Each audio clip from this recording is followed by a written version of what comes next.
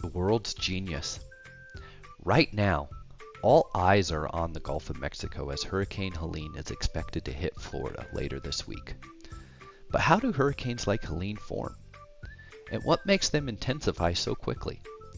Let's dive into the science behind hurricanes and why some storms seem to explode in power almost overnight.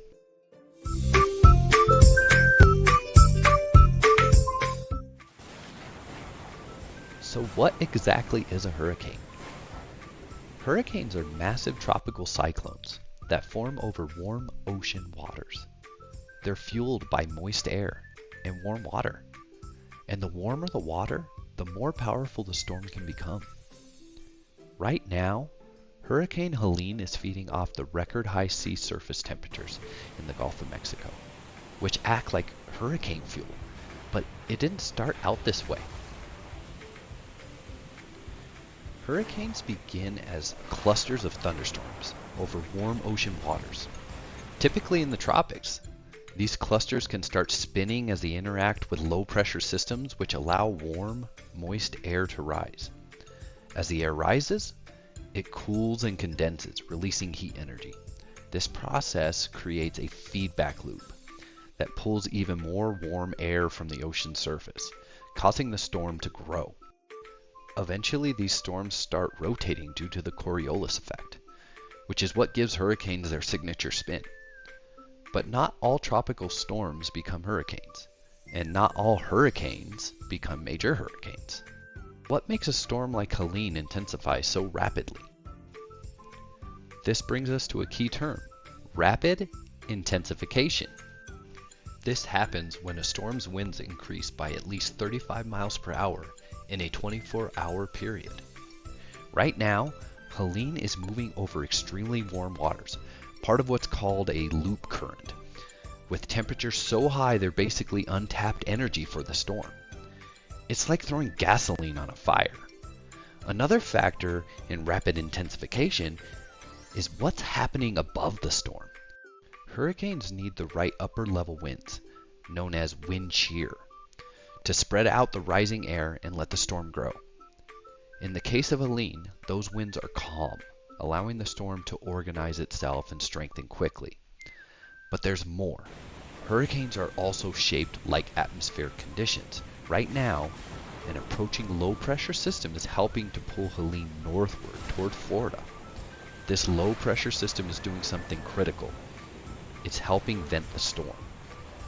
That means air is being pulled out of the top of the hurricane, creating a sort of vacuum that allows even more warm, moist air to be sucked into the storm. This process allows Helene to grow even larger and more intense. And here's the real scary part. Once a storm like Helene hits these perfect conditions, warm water, calm upper level winds, and a venting system, it can jump from a Category 1 to a Category 3 or 4 in just a day or two. That's why meteorologists are so concerned about rapid intensification as Helene approaches Florida. So how does this affect the coast? As Helene strengthens, the risk of the storm surge or rising sea levels caused by a storm's winds also increases. The wind speeds over 100 miles per hour. Helene could push massive amounts of water onto land, flooding coastal areas with a storm surge of over 8 feet. This could be devastating for communities in the path of the storm, especially in low-lying areas like Florida's Big Bend. And it's not just the coast that's at risk. Even after landfall, hurricanes like Helene can dump 5 to 10 inches of rain over inland areas, causing widespread flooding and dangerous tornadoes in their outer bands. In fact, hurricanes can remain destructive 100 miles inland or more, depending on how fast they're moving. So what can we do to stay safe during hurricanes like Helene? Well, it's all about preparation. If you're in the storm's path, make sure to follow evacuation orders. And secure your home.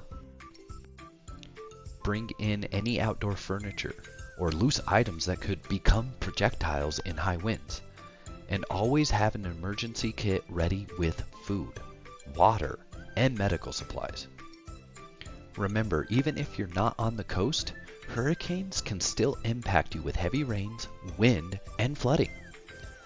Hurricanes are some of the most powerful forces in nature, but understanding how they form and intensify can help us stay safe and prepared. Don't forget there's a genius in all of us. Stay safe and keep an eye on the weather. I'll see you in the next one.